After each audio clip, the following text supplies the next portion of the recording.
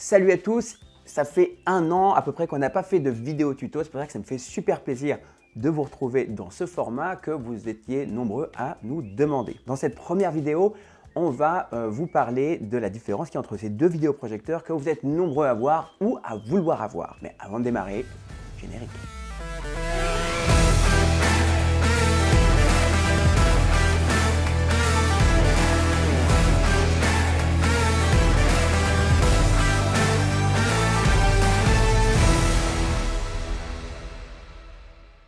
Alors, la différence entre ces deux vidéoprojecteurs. Ici, on a l'Epson, le TW9400, qui est un super vidéoprojecteur qu'on utilise souvent dans nos installations, parce qu'il a pas mal de qualités dont on va parler juste après.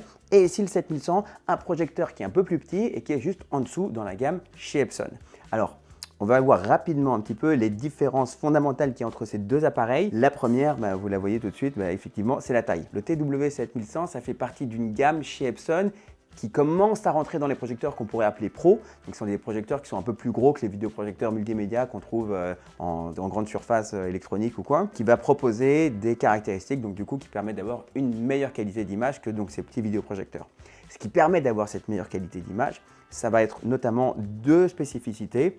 L'objectif ici qui est plus gros que sur un petit vidéoprojecteur qu'on connaît, notamment vous pensez au BenQ W2700 qui est un bon projecteur en soi mais qui est aussi un projecteur compact avec un très petit objectif et donc qui va entraîner certaines contraintes d'utilisation et d'installation. Alors le TW7100, grâce à son objectif, va pouvoir permettre d'avoir une spécificité dont je vous parle tout le temps dans nos installations et dans d'autres vidéos tutos, notamment une vidéo dont j'avais parlé c'était à peu près il y a un an, c'était sur le choix des différents vidéoprojecteurs. C'est la spécificité du lens shift. Le lens shift, c'est ce qui vous permet de déplacer l'image sans avoir à déplacer le vidéoprojecteur sur votre toile de projection et ce qui va vous permettre d'avoir donc une image qui sera parfaitement cadrée, donc bien rectangulaire, sans avoir de déformation et en utilisant 100% des pixels du vidéoprojecteur.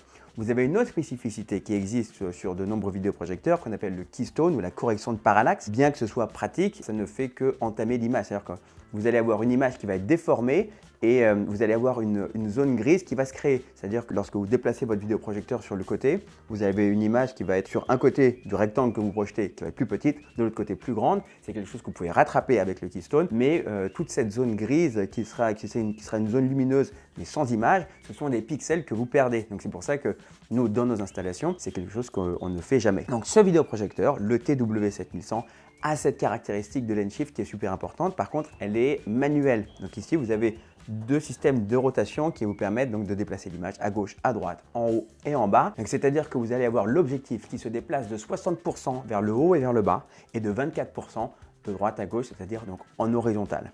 Techniquement, ce que ça représente, c'est-à-dire que vous allez pouvoir, à partir du centre, vous déplacer l'image de 24% qui vous sépare du centre de l'image jusqu'au bord de l'image, à gauche ou à droite, ou de 60% vers le haut ou vers le bas en partant du milieu. D'accord ? C'est un peu abstrait comme ça, mais techniquement, ça vous permet de rattraper des erreurs d'installation que vous avez pu faire parce que vous avez votre projecteur qui est fixé au plafond ou que vous avez mis dans un meuble pour pouvoir vous cadrer parfaitement dans la toile, mais ça reste assez limité et donc c'est quelque chose sur lequel vous devrez faire attention pour ne pas avoir du coup une image qui est bancale sur l'image, sur la toile que vous projetez, parce que si vous vous donnez autant de mal, c'est quand même pour que le truc soit carré, quoi. Hein. Donc ça, c'est la caractéristique principale de l'avantage de ce projecteur par rapport au projecteur en dessous. Et c'est là aussi sa limitation par rapport à ce vidéoprojecteur, le TW9400, qui est un excellent appareil. Comme vous voyez, il est beaucoup plus gros. Un projecteur plus gros comme ça va vous donner un premier avantage, mais qui est vraiment hyper important, c'est le bruit. C'est-à-dire plus vous avez un projecteur qui est gros, plus vous aurez un projecteur qui sera normalement silencieux parce que les ventilateurs à l'intérieur du projecteur vont permettre de tourner moins vite et donc de faire moins de bruit lorsque vous voulez refroidir la lampe. D'accord ? Deuxième avantage, le vidéoprojecteur, le TW9400, il a aussi un lens shift, mais il est beaucoup plus large. D'accord ? Donc ça va vous donner beaucoup plus de liberté et surtout, il est motorisé. Donc au lieu d'avoir des molettes qui ne sont pas hyper précises sur ce projecteur-là, c'est-à-dire quand vous tournez la molette, vous devez vous y reprendre un petit peu à plusieurs fois pour ajuster vraiment l'image. et vous avez un contrôle qui est vraiment diminué par rapport à un objectif motorisé comme on a ici. L'autre avantage de l'objectif motorisé, c'est que vous allez pouvoir avoir des mémoires de zoom. Donc la mémoire de zoom, c'est ce qui va vous permettre d'avoir une toile plus grande que nécessaire, notamment si vous utilisez une toile technique comme notre toile Infinity qu'on utilise nous tout le temps dans nos installations. Eh bien vous allez pouvoir faire une très grande image lorsque vous le souhaitez et pouvoir réduire l'image par exemple pour regarder la télé, ou si c'est pour un film qui est trop impressionnant, qui est trop grand, qui bouge trop, eh bien c'est agréable d'avoir une image qui est un peu réduite. Eh bien ce projecteur-là le permet, et ça c'est vraiment hyper intéressant. C'est pour ça qu'on adore utiliser ce vidéoprojecteur lorsqu'on a une installation. On doit maîtriser les coûts parce que c'est un projecteur qui est abordable. Ah oui, je ne l'ai pas dit, ces deux projecteurs-là sont 4K. Sur leur fiche technique, il y a écrit qu'ils sont Full HD, c'est-à-dire 1920 par 1080p, mais en réalité, grâce à leur technologie qu'on appelle le eShift, eh bien vous allez avoir une image qui sera visuellement, enfin ce que votre œil voit, c'est de la 4K, d'accord? C'est pas aussi précis qu'une matrice qui est originellement 4K, mais ça va vous permettre vraiment d'avoir une image qui est vraiment spectaculaire. Et surtout quand vous utilisez, comme je disais, la toile Infinity qu'on utilise sur toutes nos installations, vous allez avoir une très belle image. Donc voilà, ce vidéoprojecteur, le 9400, donc objectif motorisé, il va être un petit peu moins lumineux normalement que le TW7100, mais pour le coup, vous aurez vraiment une finesse d'image et vous aurez une flexibilité d'installation qui sera sans commune mesure avec ce type de vidéoprojecteur-là. Donc, mon conseil, si vous pouvez vous le permettre, vous utilisez le TW9400, ce sera une montée en gamme qui sera vraiment appréciable dans votre installation tout le temps lorsque vous l'utiliserez. Sinon, vous ne prenez pas la tête. Si le budget est un élément essentiel dans votre installation globale, vous pouvez prendre le 7100 qui fera quand même une excellente image. Juste, vous penserez à bien vous axer au maximum au centre de la toile pour éviter d'avoir à utiliser le lens shift au maximum.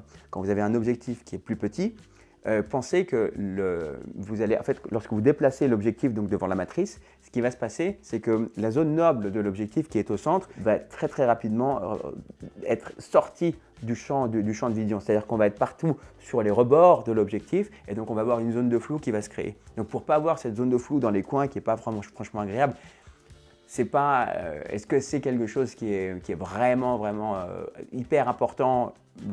Pour moi, oui, parce que nous, on aime ce qu'on fait et c'est un truc, une fois que vous le voyez, ça ne vous sort plus de la tête. Maintenant, vous aurez quand même une excellente qualité d'image et vous aurez ce rebord qui sera un petit peu flou dans les coins. Donc, pour éviter ça, mettez-vous au centre ou si vous voulez vraiment éviter ça au maximum, vous utilisez le TW9400 qui vous donnera une qualité d'image extraordinaire.